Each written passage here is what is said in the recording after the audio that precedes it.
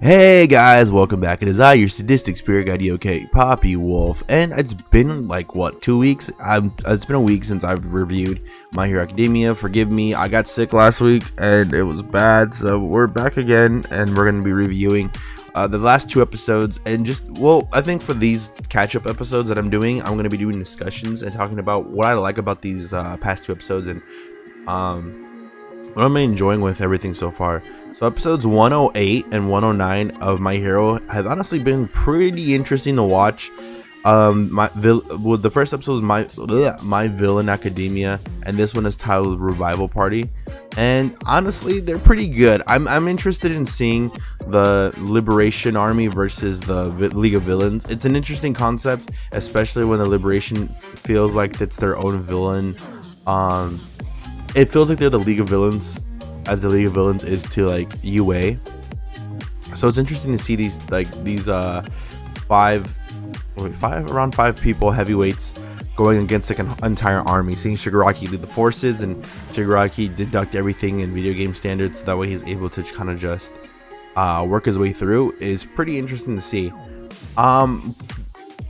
I think the episode heavily focuses on Shigaraki as a leader, especially My Villain Academia, where it shows him trying to prove to the Doctor why and also Gigantomachia, why he's worth being the successor.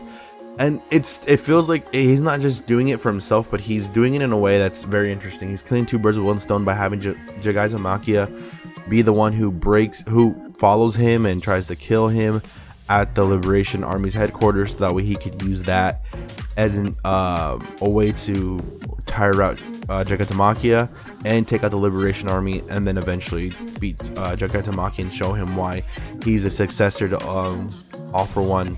And it's not just it's not just this kind of, oh, I have to follow you, you're so weak, there's no point in following you, which really does kind of give it a nice little taste of like, oh, so when it comes down to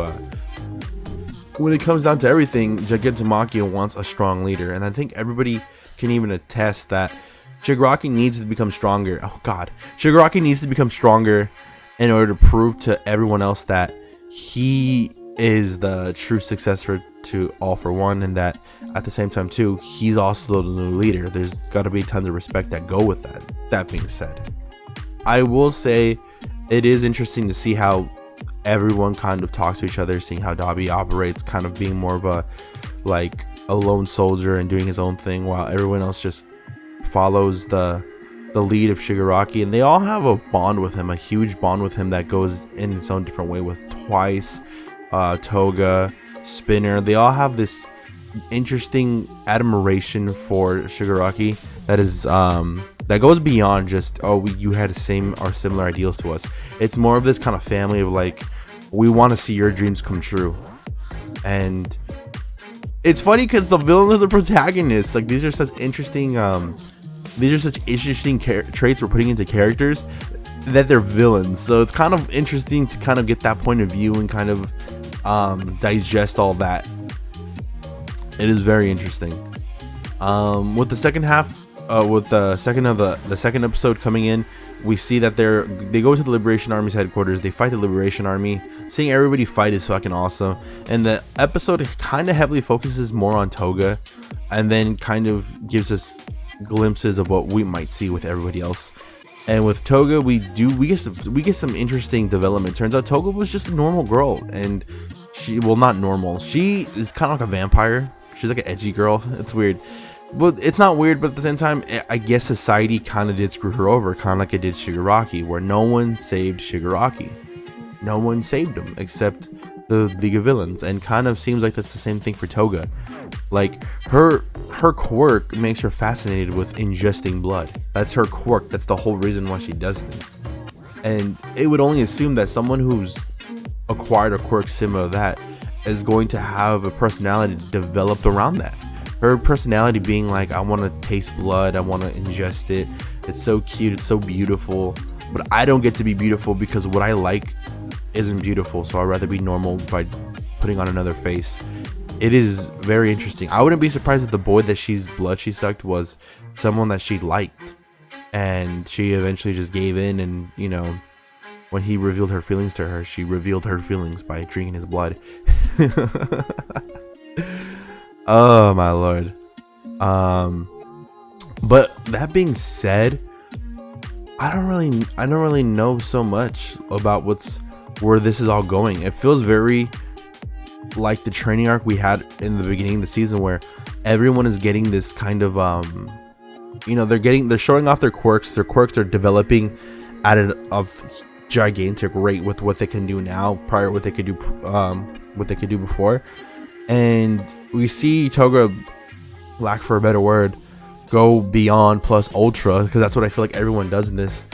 And she's able to not only just ingest the blood of Uchaka and look at Uchaka, but she's able to even use Uchaka's quirk, and she uses it in such an insane way by tagging everybody, lifting them up, and quickly using the gravity to smash them. It's something that you see and you think, damn, if Uchaka wanted to, she could really like fuck somebody up. She can lift them and throw them around. And it's interesting to see that the nausea that comes with that quirk of lifting too many people doesn't affect Toga. So I'm thinking that she doesn't have the same drawbacks as the people who actually use their quirk. It's just a little thought that's going through my head right now. Hopefully we get more of her. We get more development on why she can do this, or like exactly why that's an advanced ability of her quirk, because I always thought it could be more, especially that you're ingesting someone's DNA. I would have blood, the hemoglobin, like you're ingesting DNA, you should be able to replicate that into your own body, and it seems like that's what Toga can do. Along with everybody else, we do see Shigaraki kind of level up too, where he's able to he doesn't even need to touch everybody in order to rot. He just needs to think rot, and a whole general vicinity can just be rotted away. And Spinner sees this and goes, he didn't even touch all of them. He touched like the beginning of the group. It was able to just rot them all away, decay them all away. So Shigaraki's ability is probably gonna allow him to decay stuff, like kind of throw decay, like he's gonna swipe and then bam, decays that kind of area. So that'll be interesting. That's very interesting, because then he doesn't need to touch all of them with all his hands. He can just simply just control that. We do see Dabi versus some ice guy, and he mentions ice a lot, and I feel like it's a broken record saying that everyone probably knows who Dabi is, but he doesn't give a fuck about ice. And I think we're gonna show the next episode him versus the ice dude. I think next episode's gonna focus on Twice and Dabi and show why these two are probably more dangerous than led to believe. Yes, Dabi already looks dangerous with his blue fire, but Twice is someone that we've already gotten the background story for, and I'm really excited to see like how powerful this man really is, because I think Twice honestly has a sick ability. I think his story of all his versions of himself killing them and now not knowing if he's the original or not, and that being very dangerous, is something that is a concept that I think people like wrestled with when it came to like Naruto, and like, well, if a shadow clone like lived his life rather than Naruto, would he notice? And it's just a lot of stuff, but that, like a lot of cool stuff happens in this episode. Like, I'm not gonna lie, I'm digging where we're going with this, and I'm excited to see what comes out of this. That's the best way I can explain this kind of villain arc for them, is if this is like the other half of the arc is what's just gonna be like development of the villains. I'm kind of with it. Like, I'm really kind of I'm interested. It's got my attention. It's just I just don't bait me too much. Just give it to me. Like, we already had talking, we already had exposition. I want to see slow development, and maybe even like a music cue that's just like an exact opposite of like say you run, like say you run away or something. I don't know, something cool like that. That would be sick to see the villains kind of have like a moment where they have like a Deku moment or something. I don't know, but guys, that being said, I think we're gonna end it here. There's not a lot of stuff that happens in these two episodes. I mean, there's a lot of stuff, there's a lot of exposition, but in terms of what we're going with the story, it seems like we're just seeing the level up of Shigaraki and the crew as they're on their way of becoming more powerful villains. And we get to see that through a protagonist lens, watching Shigaraki like think of a plan how to beat the Liberation Army along with Gigantomachia. So the past two episodes have been pretty like B level. I'm gonna give both episodes a B.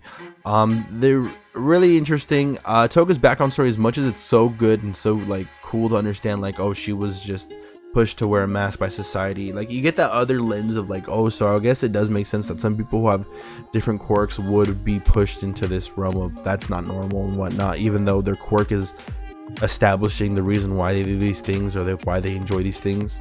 So I'm kind of just like, okay, that's kind of like good. That's what makes it a B episode. Like it's a good information. It's good to kind of like play with those concepts, but like I'm not gonna lie, that I personally not find them very interesting. I like them a lot, but like in terms of like doing the villain's lens, doing it through a villain's lens and making them protagonists in this little mini arc, I'm kind of just like, okay, well then I need to see something like extraordinary. And her Ochaka transformation to me wasn't as extraordinary as I wish it could have been. It would have been interesting if she did something like Deku or someone else and she was able to use that ability. But I understand that the bond she has with Ochaka is like she's the anti-Ochaka, or someone who wants to grow and establish your abilities for the people they love. She wants to just, you know, replicate that love feeling. Like I said, these episodes they're good concepts. The concepts do hit. They're just not hitting with me. That's the best way I can say it. Like I really do enjoy what we're seeing here, and I really enjoy what we're the writing that's coming with this. But it just feels a little slower than usual, and I need it to be paced a little bit better. So yeah, B episodes, really good.